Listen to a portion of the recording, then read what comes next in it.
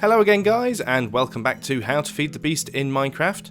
Our bees have been busily working away, but now we need to find a more efficient way to store and sort them as our chests are really starting to fill up. So we're going to be looking at another couple of items from the Forestry mod, specifically to do with bee breeding.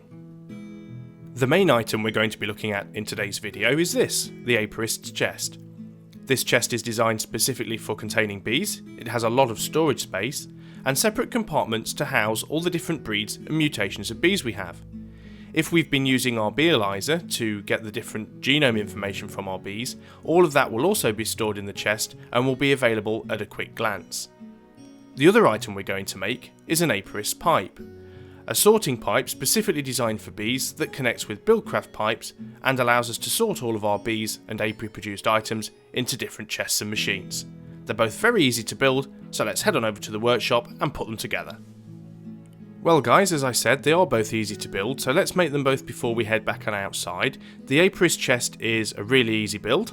We need a standard wooden chest in the middle, a glass block above, and then you need 5 honeycombs. Now, this works with most types of honeycomb. There are a couple that currently don't, such as rocky honeycomb. Whether that's a bug or intentional, I do not know, but most honeycombs work, but use standard honeycombs will always work.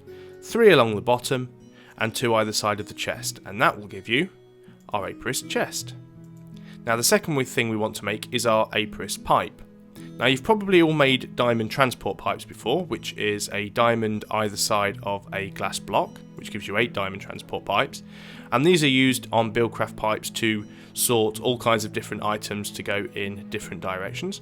But because there are so many different bees and things that are produced by apiaries, a single diamond transport pipe probably isn't enough. So you're going to need a diamond transport pipe to begin with, and 2 propolis.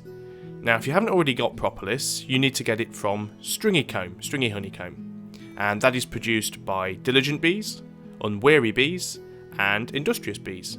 Pop that honeycomb in a centrifuge and you will get propolis. 1 propolis either side of the diamond transport pipe, and we have our Apiarist pipe. So now we have all we need, let's head on over to the apiaries. Okay, so here we are. The first thing you might notice is there's no bees flying around, and that is because I have turned off the engine that is pumping bees into the apiaries, and there's a specific reason for that. You may remember a few videos ago now we built this simple automation system for our apiaries that has a couple of wooden transport pipes on the bottom, and that sucks out anything that the apiaries produce, so new drones, new princesses, all of the honeycomb, sugar and anything the bees make gets sucked out and go into this double chest, which is currently full, and at the same time those bees then get sucked back out via this wooden pipe along this stone transport pipe back into the apiaries, and any overflow goes back around the system back into the chest. Now this is an ideal simple automation method if you want to just have the bees continually working. Now there's only really 2 reasons you'd want that. First of all, if you are cross-breeding trees. As you can see, we've already got a few leaves that are starting to turn where they've been cross-pollinated, and all you really need to have is bees working for this to start happening. So that's an ideal method for the simple automation. The other idea is if you just want to produce lots of honeycomb, and you can just have basic bees just going round and round and working non-stop. However, this simple automation does cause you with 3 different problems.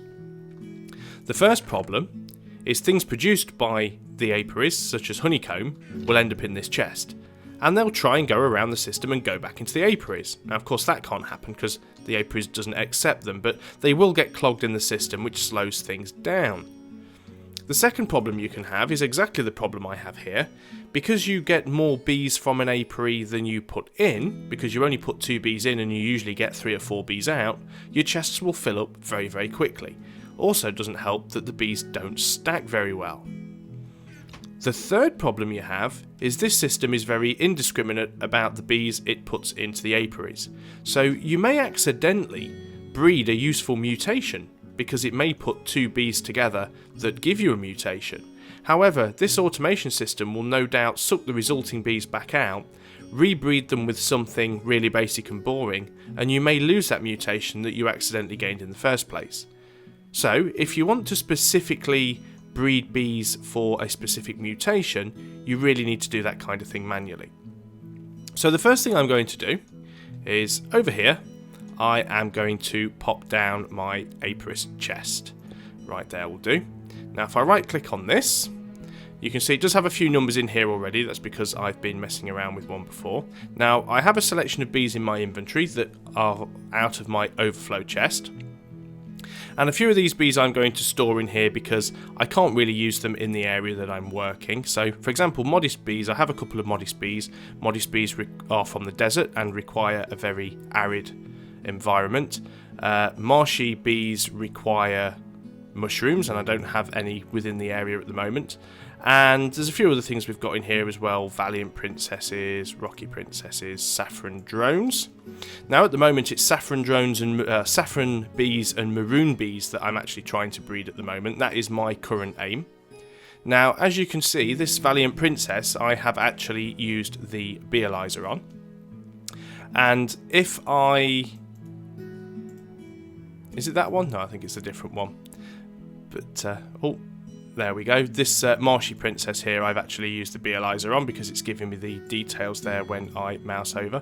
But as you can see, if I mouse over the Valiant Princess, on this side, on the left-hand side, you can see all of the different bees that I have successfully bred with.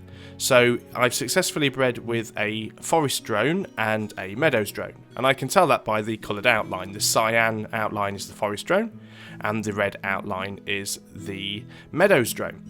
So this sorts all the bees out for you, and any that you've managed to successfully breed, it tells you what type of bees that you have bred them with. So this chest is where I'm going to store all of the bees that I want to keep and sort out for manual breeding. So what I need to do now is sort the rest of this system out so that we don't end up with overflowing chests, and that's where our Apiarist's pipe comes in. So first thing I'm going to do is just dig up some of this soil just so we have a better way to run our pipes around. Do it this way, I think. And I'm going to need to break this pipe here. There we go. Let's not have it fall down the hole. And we're going to put in our Apiarist pipe. So you can already see two different colours. Obviously the black is going to be the input. Yellow is the output there. And if I get a stone transport pipe, let's just connect the rest of that up. So we now have green going to the Apiarist chest. We have blue going into this chest. And out of the top, we have grey or white, depending on your texture pack, and that is going to come all the way along here and connect to this chest. If I can get out of the way of the pipe. Made it a little bit longer than it needed to be there. Let's get rid of that. So, what do I want to do here? I want all of the bees that I want to keep for selective breeding to go into the Apiarist chest. I want the bees that are going to be on the automated system when I'm not here to carry on working to go in this chest. I want all of the items such as honeycomb in this chest, and then any bees that I want to breed out with, because they're pretty dull and boring now, are going to go into this overflow chest, and these will eventually go into a gene pool and be turned into liquid DNA. So let's have a look at how the Apiarist pipe works, and we will start by taking the bees I want to keep into the Apiarist chest, which is the green output. So if we right click on the pipe, you can see you have a coloured bar that represents each of the outputs on the pipe. The first icon on the left for each colour shows you what is allowed to go through the pipe in general. So the pipe can be closed, obviously means nothing can go through. It can take anything, items only, bees only, or specifically drones, princesses or queens. You can tell it to take only purebred bees, or only nocturnal bees, and then you could specify pure nocturnal, strong flyers or pure flyers, cave dwellers or pure cave dwellers, and then close it again. Now, I want it to take any bee, because I want it to be able to take queens, princesses, and drones. Now, the two bees that I said I wanted to keep were the saffron and the maroon bees. Now, if I click on the row, you can see forest bees, meadows, common, valiant, all the different bee breeds that you have. Now, it is the maroon and saffron that I want to keep. There we go. So now the green is accepting any bees as long as they are maroon or saffron, and they will go into the Apiarist chest. Now I want all of my items to go into that chest over there, which is the top output, the grey or white one, which is here. And that is as simple as changing that to items. So all of the items will go from that into that chest over there. The next thing I want to do is have all of the bees that I'm going to have in the automated system go back into this chest, which is the yellow output. So I'm going to get yellow to accept any type of bee, and I specifically want to keep the valiant bees and the forest bees, and possibly, no, I think that will do for that one. Let's get rid of that. I'll just right click and it'll go away. If you left click, it cycles through, but if you right click, it resets it back to 0.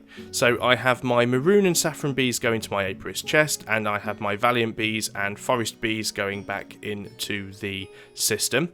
And then in my sort of overflow chest over there, which is the blue output, I want to put everything else. So what I can do for that in blue, I will put any bees, and that will be taking our meadows bees and our common bees, and it will also be taking our marble bees. So that's all the different bee types we currently have, and then anything else will just go back and get stuck in the pipes. But there you go, we now have a way of separating our items, separating the bees that we want to keep, separating the bees that we don't want to keep, and then separating the bees that we just want to throw back into the system for automation. Very useful pipe, very versatile, allows us to have 5 different outputs. Obviously it's 6-sided, but one side's going to be an input. 5 different outputs, and you can specify which bees go exactly where. And the other good thing with these is you can have more than one of them connected together as well. It also acts as a speed boost. So as a bee or item passes through this Apiarist pipe, it will get a boost of speed and fly along down the pipe. And there you have it. Well, that's 2 more simple items that easily allows us to store and sort our bees, and we will be working towards building our gene pool over the next few episodes, which will allow us to turn all of those extra bees into liquid DNA. As always, I hope you found this video informative and entertaining. If you have, please like, share and subscribe because it really helps the channel out. And if you have any ideas for anything you'd like to see in a future video, if there's a particular item, machine or mod that you'd like to see me build and demonstrate, either send me a message or leave it in the comments below. So, until then, I've been UnstableVoltage and this has been How to Feed the Beast in Minecraft, and I'll see you on the next video. So goodbye for now.